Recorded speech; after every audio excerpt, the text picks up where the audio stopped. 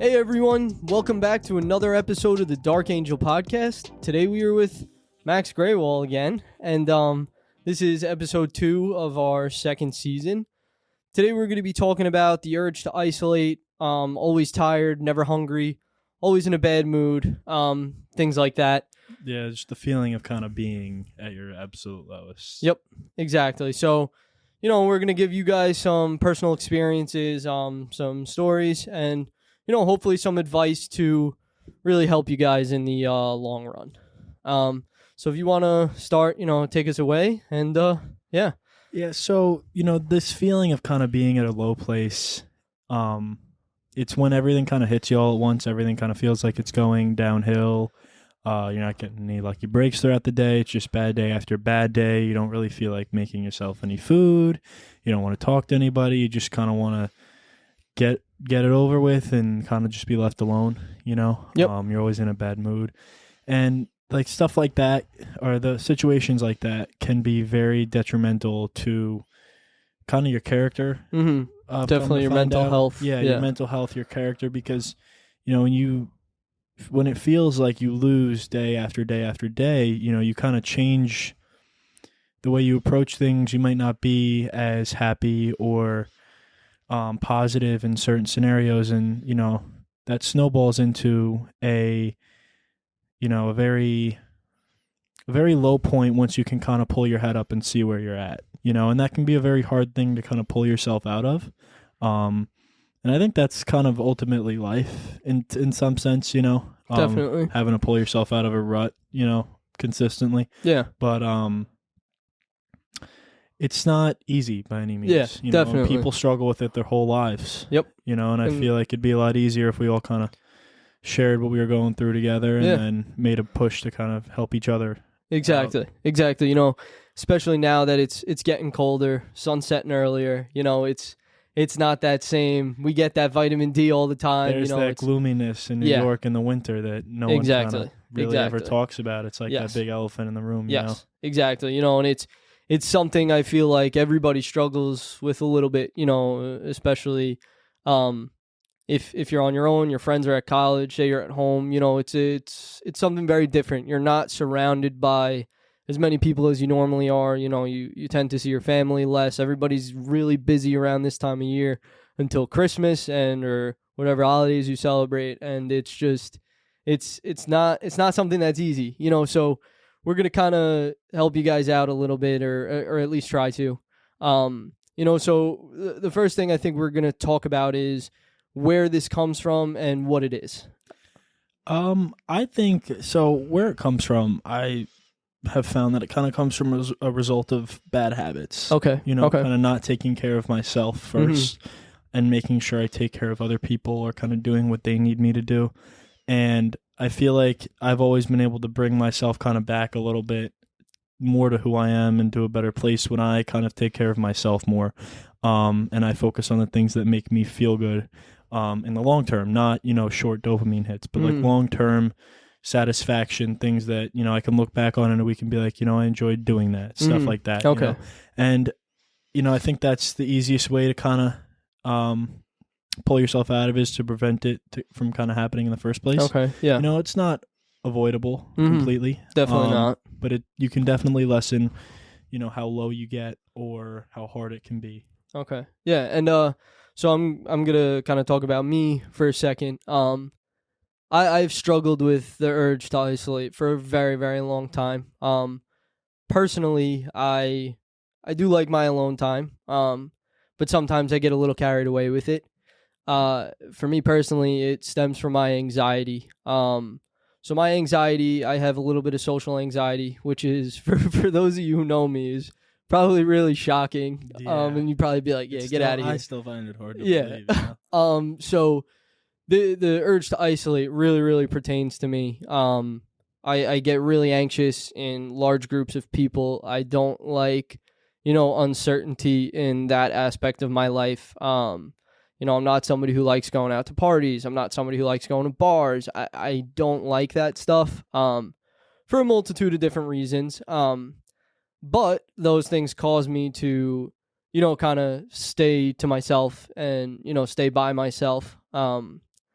which, it's not the worst thing in the world, but I definitely do need to work on it. When do you feel like too much is too? When do you feel like it's getting to be too much? Like, when do you kind of see that happening? Or how do you catch that? So here's a perfect example. And this is even in my own home. We tend to have a New Year's party every year. So we can house a lot of people, and so say we'll have 150 people in the house, something like that. That week before New Year's, once Christmas ends, I'm already stressing out. I'm already thinking, okay, what's my escape plan? How can I avoid this? What can I do? What can I do to get away from this? I've definitely been there. Yeah, and so that definitely stems from my anxiety. But it's this year, it's funny. This year, my family wound up being sick over New Year's, so we obviously had to cancel our New Year's party. About this past year? Yeah, this past New Year's. And, I was thrilled. I was like, all right, great, which is so bad because I'm kind of avoiding my problems. But, that's something that really stresses me out. And I'm in the comfort of my own home. I'm with my family. It's people who I know and love. And, it's super overwhelming to me, and that's something, I continue to struggle with. I continue to try and work on it. Okay, so say you're at that New Year's Eve party, and you go spend 30 minutes, 45 minutes, an hour by yourself, right? You need to recharge. I get that. Everyone gets that. A little time to yourself, too many people, whatever. Yeah. At what point do you say, okay, this is enough. I've had enough time by myself. I'm just going down a dark hole. When do I go back downstairs? Okay, so personally, so for those who know me, I've been dating my girlfriend for almost 5 years. What it feels like forever. Yeah. So thankfully she's always at the New Year's parties, which gets me out. Okay, I can't I just can't go to my room and kind of hide, which is good. Yeah. It forces me out. It forces me to stay, with everybody. And once I'm there, I'm good. It's just like that leading up is like, oh, I don't want to do this. I don't want to do this.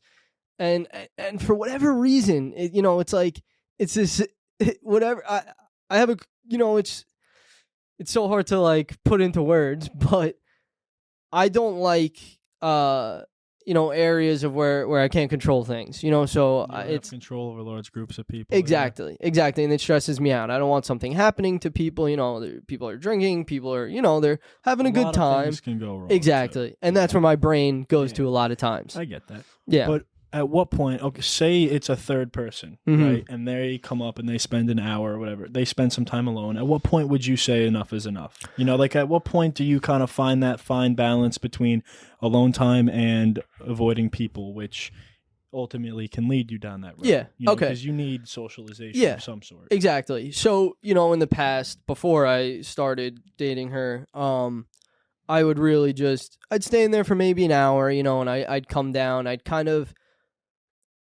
not go into the big crowds, and look, it's like my family. It's people I know. I'm people I'm seeing all the time. It's people I love. Years, it's just the aspect of it's so overwhelming.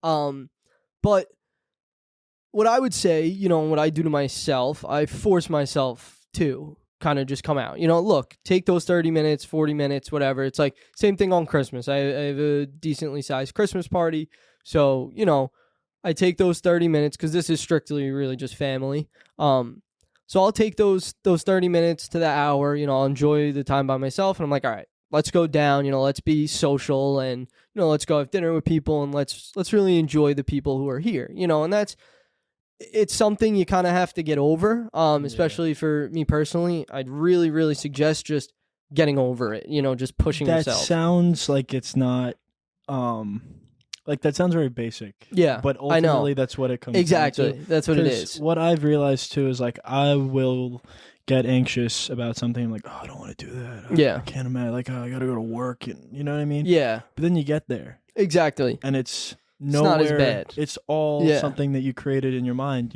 Yep. And I think part of it's also remembering that and knowing like, okay, yeah, I could use some time to myself. But also like I'm just creating situations in my head because I don't want to go. Yeah, exactly. Exactly. And once you kind of realize that, then that initial anxiety to kind of get away from everyone goes away. Yes. You still want that alone time, that, separation from Yeah, everyone which is else. by all means, take it. You know, everyone needs exactly. it. But Exactly. knowing that, you know, that initial anxiety about social situations, you know, most of the time can initially go away after you get there and, you know, you kind of get comfortable in that environment. Yes, You know, exactly. you talk to a couple people, the nerves Yes. kind of relax a little bit. Yep. And, you know, and personally, you know, like I love talking to people. I'm a person who doesn't shut up, frankly. You know, I can't stop talking. But you know, it's like it's just overwhelming with big crowds, you know. And one thing that's also helped me is actually golfing. So if I'm golfing by myself, I get paired with 3 other random people, you know, people I've never met, you know, which is a little nerve-wracking. But you it's know? an environment that you know well, Yes. so you're able to kind of exactly take some pressure off yourself because you can have conversation because you know the sport and all of that. Exactly. You know, and it's if talking to people or getting out there is something you kind of struggle with, it causes some anxiety.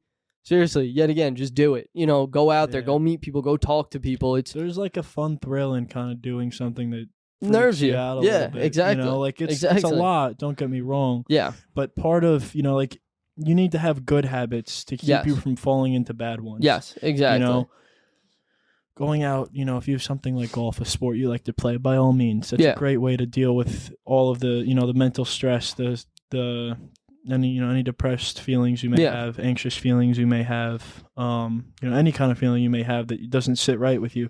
Getting out, moving around, being outside is a great way to deal with it. You know, having hobbies. Exactly. Things that you can do to occupy your mind, you know? Yep. And to ease it, you know, if you're doing something you enjoy while trying to conquer some of your anxiety or your depression. Into a better mood. Exactly. You know? And it'll make it easier. And a lot of times when you're in that bad place, 99% of getting back into a good place is just kind of breaking the chain. Yeah. Exactly. Stopping it from getting deeper. Exactly. You know? Exactly. You know, and it's almost that initial move. Yes. You know, decision. So do you have any, you know, personal stories, something kind of similar to mine to share? And yeah, a little bit. So mine was more based off of an event. Okay. I've moved around a couple of times in like the past 6 months, you know, and that kind of led me to feel a little bit without, I guess like a permanent home. Okay. You know, because within like 3 months I'd lived in 3 different states. Wow.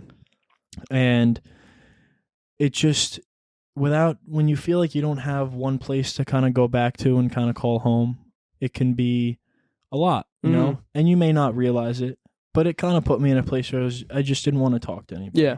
You know, and I caught it after like a week or two, you know, and I realized that I didn't want to kind of sit in my just house anymore, you know, kind of doing nothing, you know, and I just moved back home and I knew there would be an adjustment period, but also at the same time, I knew that, you know, I couldn't just sit here forever and you just feel, you know, crappy. I had to do something about it, you know, and I've slowly since then, it's probably been a month and a half, and I've slowly every day kind of built a little bit more, whether it be, you know, another hobby or something I start to do, or just a habit, you know, like I made a point to get up early in the morning. I go get coffee and I kind of sit there. I do nothing first thing in the morning.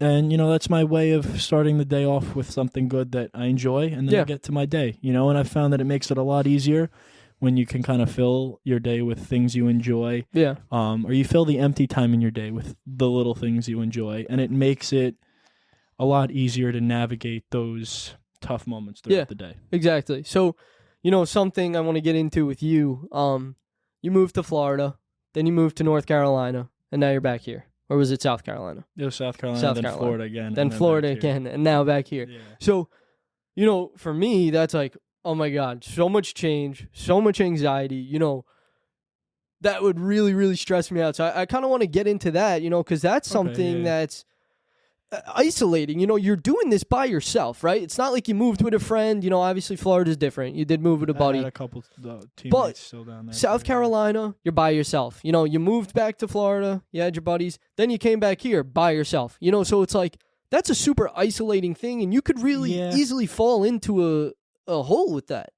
Yeah, it could definitely be an isolating thing, but I think that you kind of need a period of isolation in your life when you're younger, but after you've kind of developed some sort of perspective. Yeah. You know? Because I think that that's part of what development is, and character development, getting older, all of those things. You know, you need time by yourself to reflect and kind of, you know, deal with the things that have happened in the past, and, you know, move on from them. Yeah. And go on to the next thing in life, whatever, you know, that is.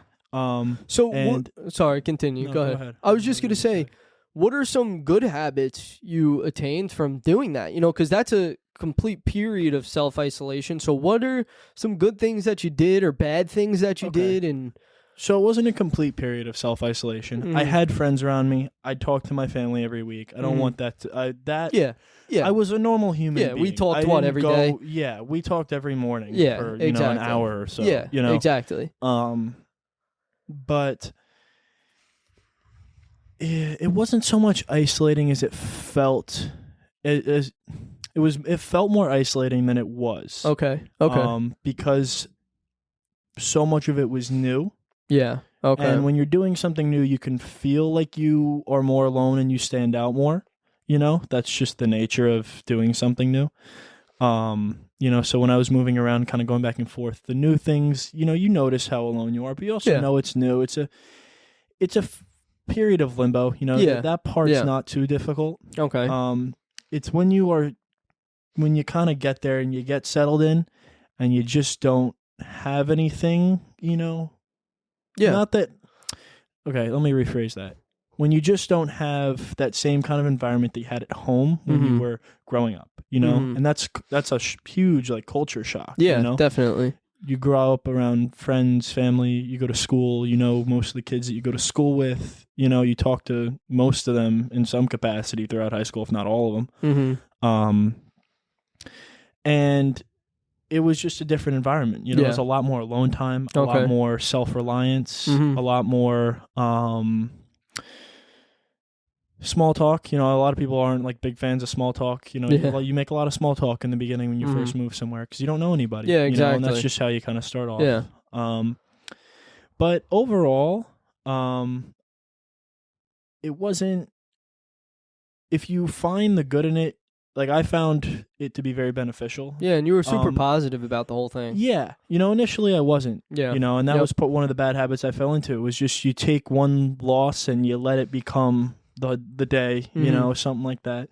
And ultimately, I kind of just realized that, you know, I need to do things I enjoy. I need to, you know, fill my day with things I enjoy. I can't sit inside and do nothing. Yeah, you know, and I have you to did. go out. I have to find new habits. I have to find things I like to do, and I have to just kind of fill my day. I also have to have, you know, maybe a goal I'm working towards or two, you know? And I think when you can find a balance of all those things, and you have even one person. Yeah. You know, it doesn't have to be a close connection. No. If you have a little bit of human interaction in your day, you have something you're working towards, and you do something you enjoy, that's a pretty good day. You know, it's kind of hard to have a bad day when something like that happens. Yep. So now that transition period going from, you know, South Carolina back to Florida and then back home, how was that? You know, is that a super...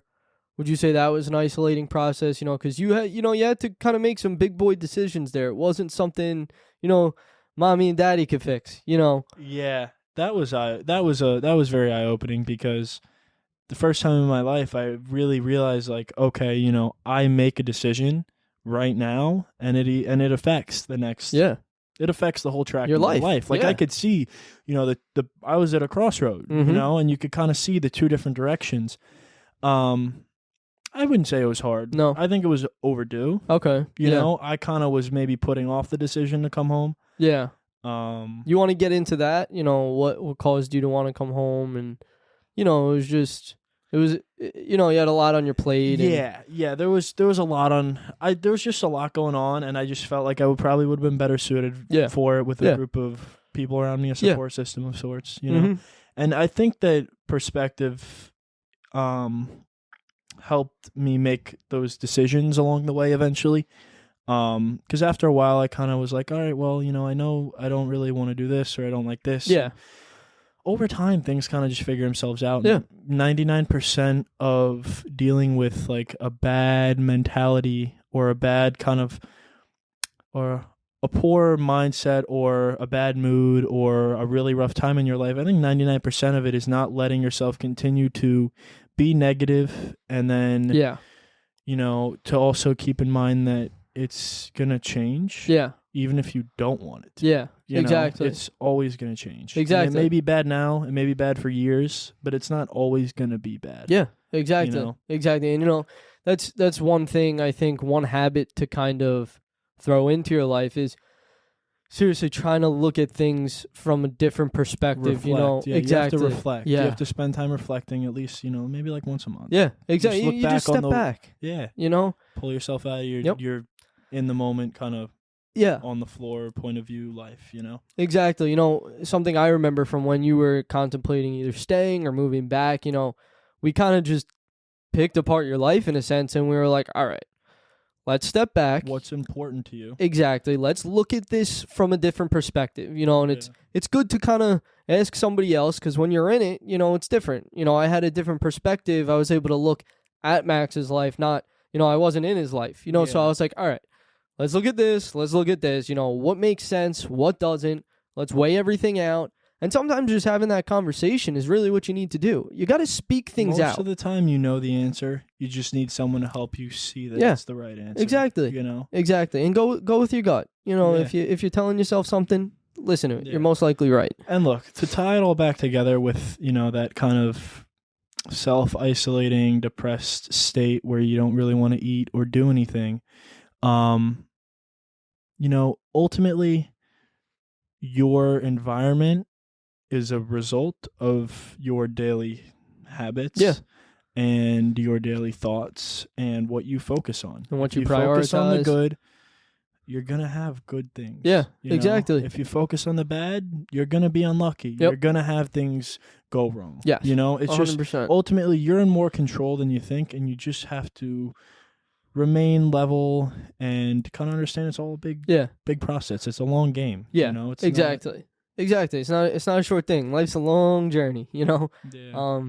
So something else I want to get into, something similar kind of to this urge of isolation, but also this like social anxiety type thing. And this is, I'm going to talk about me a little bit, and then I want to ask you some things. It has to do with college. So I'm in relatively large classes. In some of my classes, I have like 80 kids, and it's a lot. I don't really know many people. I know a few kids. I had class with them last semester, so it's nice to see a few familiar faces. But it's like that's a whole nother stressful thing, that I want to kind of get into. And something I do, I wouldn't say I'm as stressed about it now as much as I used to be. I used to be a lot more anxious about these things, and I used to be like, oh, what do I do? What do I do? Blah, blah, blah, and it's just like, you almost feel frozen. Something I did to help that is just, I kind of just lived my life as I thought I should. In a sense, it's just like, don't think people are going to always judge you. And if they do, who cares? It's like all these things you've been told all life it's true. It's just, you gotta follow it. You gotta listen to it. And I think that another thing I've noticed in that kind of aspect is when you get to that point in your day or whatever where you're like, I don't want to go in there right now, and you're sitting there in your car or at home and you're like, I just don't want to do that. There's too many people. Mm-hmm.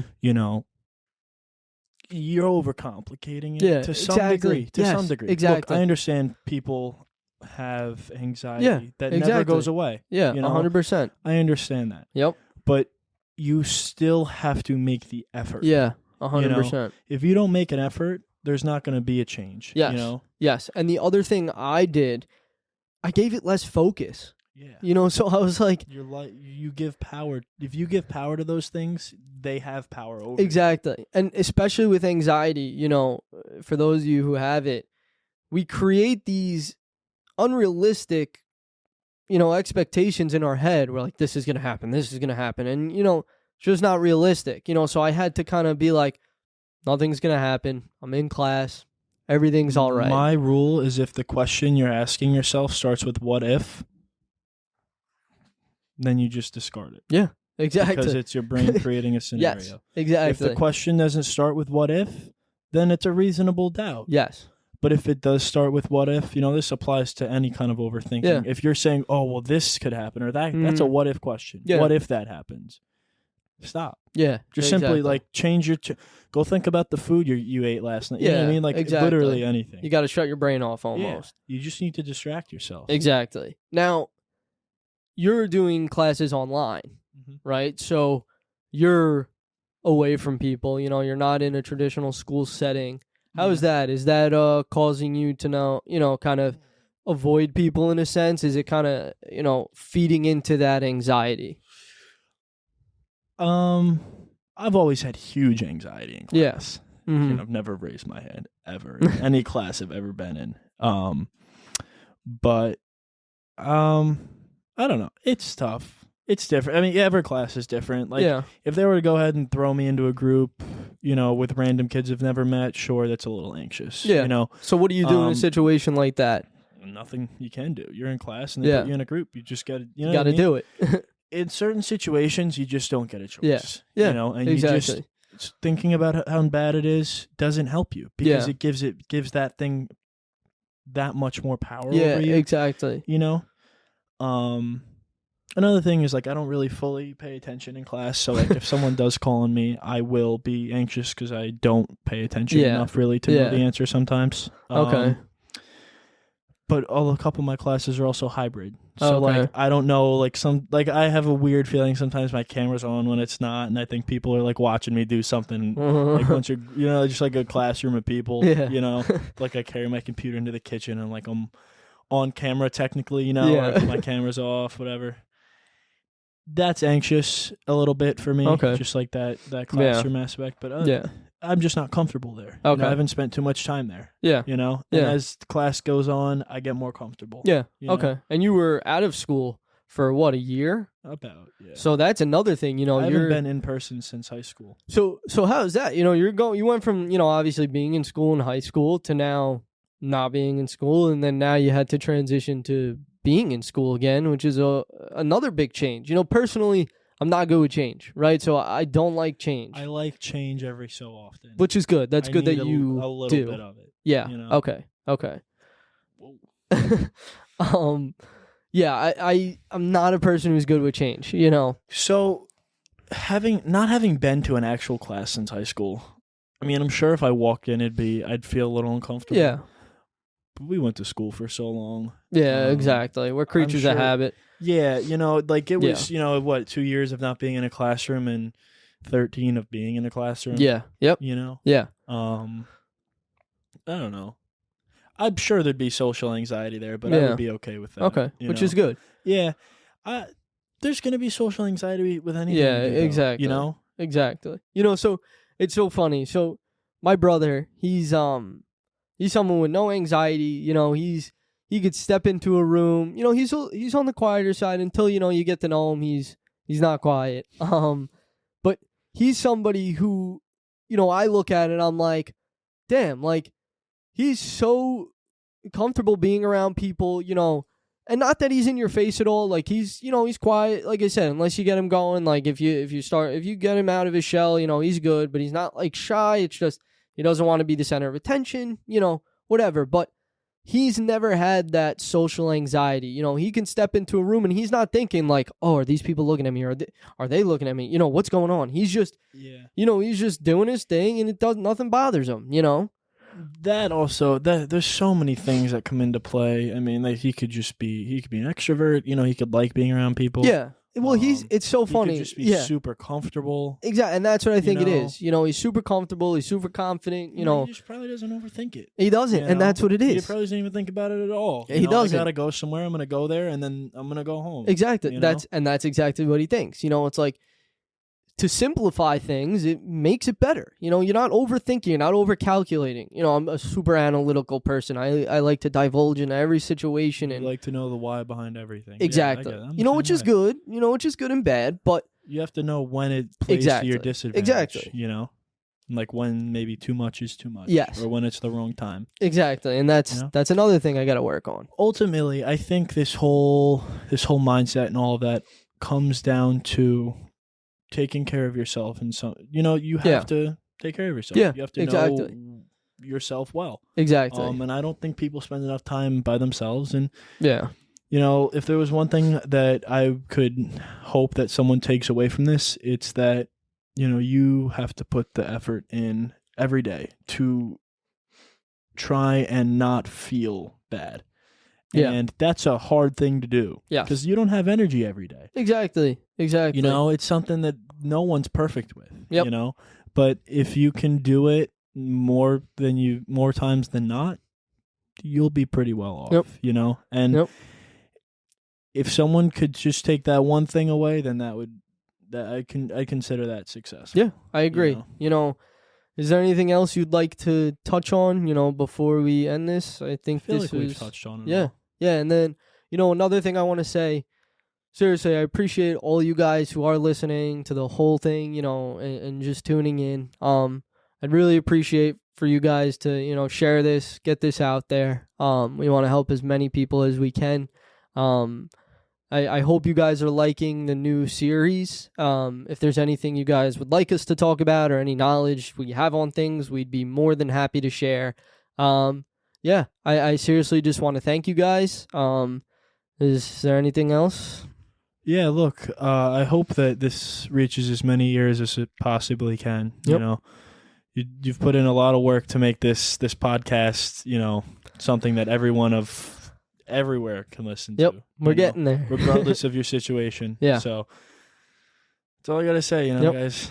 Like and share. Yep. That's Thank it. you guys. Thank you guys so much for tuning in again. Thank you again, Max, for coming on and sharing some of your having me. wisdom. All right, guys. We'll see you next time.